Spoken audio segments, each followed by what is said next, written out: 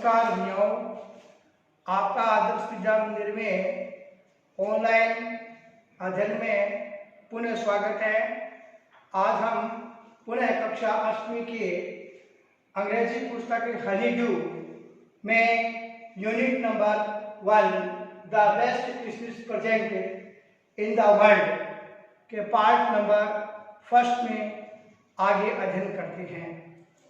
हमने पूर्व में कक्षा में पढ़ा था कि लेखक जो है ब्रिडपोर्ट में जाकर एक कबाड़ी की दुकान से एक रोल टॉप डेस्क लेता है जो वहां पर बिक रही थी और वह उसको लेना चाहता था।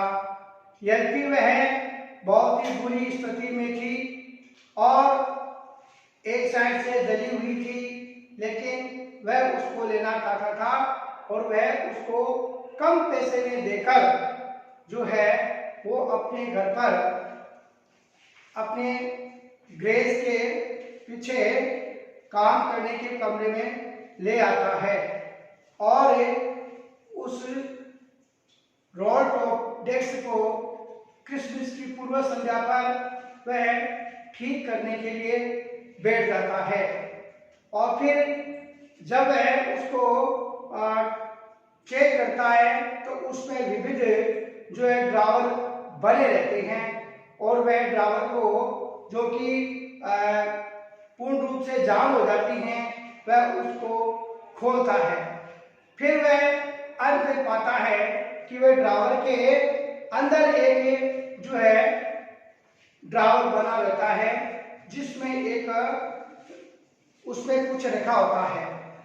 उसके आगे अपन पढ़ते हैं उसमें ड्रावर में क्या होता है, क्या रखा होता है, इसके बारे में आगे बताया गया है। I reached in and took out a small black tin box. मैं उस ड्रावर के अंदर पहुंचा, अर्थात मेरा हाथ अंदर तक गया and took out a small black tin box और मैंने उसमें से एक छोटा काला टिन का डिब्बा जो है निकाला।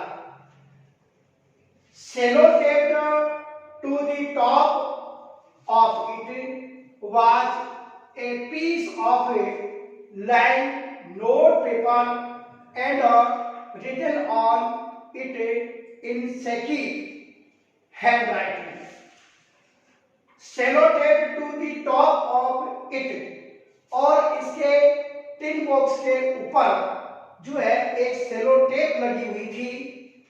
was a piece of lined note paper और उसी के ऊपर एक लाइनदार कागज की एक टुकड़ा अर्थात एक पट्टी जो है चिपकी हुई थी and written on it in shaky handwriting और उसके ऊपर लाइनदार कागज के टुकड़े के ऊपर कांपते हुए shaky हैंडराइटिंग यानी कपकपी लड़खड़ाती हुई हैंडराइटिंग सुलेख में लिखा हुआ था जिम्स लास्ट लेटर, जिम का अंतिम पत्र। रिसीव्ड जनवरी 25, 1951 और जिस पर लिखा था जनवरी 25, 1915। To be buried with me when the time comes. To be buried with me और इसको मेरे साथ दफनाया गया व्हेन द टाइम कम्स जब समय आया। I knew as I did it that it was wrong of me to open the box, but curiosity got the better of my scruples. मैं जानता था, I knew मैं जानता था as I did it कि जो मैंने जो कुछ किया है that it was wrong of me जो कि मेरे लिए बहुत ही गलत था। टू ओपन द बॉक्स, उस बॉक्स को खोलना, but curiosity goat the better of my sculpture, परंतु उत्सुकता वश नैतिकता मेरे पर हावी थी, इसलिए मैंने उस टिन बॉक्स को खोला और वह पत्र निकाला। इट यूजुअली डज, जो सामान्य रूप से हो जाता है। Inside the box there was an envelope, और उस बॉक्स के अंदर एक लिफाफा था। The address read mistress Jim McPherson 12 Upper beaches Bridgeport Dorset, और उस पर पता लिखा हुआ था जो मिस्टर जे मैकपर्सन 12 ऊपर ब्रिजपोर्ट डॉर्सेट। आई टूक आउट द लेटर, मैंने उस पत्र को जो है बाहर निकाला एंड अनफोल्डेड इट, और उसको खोला। अनफोल्डेड इट, इसको खोला। It was written in a pencil and dated at the top December 26, 1940। It was written in pencil, ये जो है पेंसिल में लिखा हुआ था, अर्थात पेंसिल की हैंडराइटिंग में लिखा हुआ था, and dated at the top December 26, 1940, और उसके ऊपर जो है पत्र के ऊपर तारीख लिखी थी दिसंबर 26, 1914। भैयाओं, इस पत्र का जो है खुलासा होता है और लेखक जो है इसको पढ़ता है।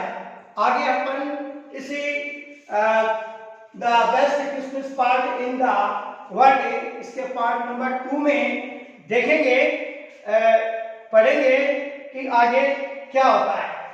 इस पैराग्राफ को जो है भैयाओं आपको पढ़ना है और इसका हिंदी में ट्रांसलेशन करना है। यहाँ साइड के अंदर, ग्लोसरी के अंदर जो मीनिंग है वो यहाँ पर दर्शाए गए हैं। सेकी का अर्थ होता है कांपते हुए, एस्थर यानी लड़खड़ाते हुए। अपन जब कांपते हुए लिखते हैं एस्थिर, तो उसको सेकी हैंडराइटिंग यानी कंपकपाती हुई लेखन। ब्यूरिड यानी गाड़ दिया गया, दफना दिया गया। क्यूरियोसिटी यानी उत्सुकता वश। स्कल्पचर यानी नैतिकता। एनवेलप यानी लिफाफा। अनफोल्डेड यानी खोला। ब्रिजपोर्ट यानी इंग्लैंड के डोरसेट में एक बाजार। तो ये भैया आपको मीनिंग लिखना है और इसको जो है पैराग्राफ को पढ़ना है, इसका निर्माण करना है और अभ्यास पुस्तिका में इसको लिखना है। धन्यवाद।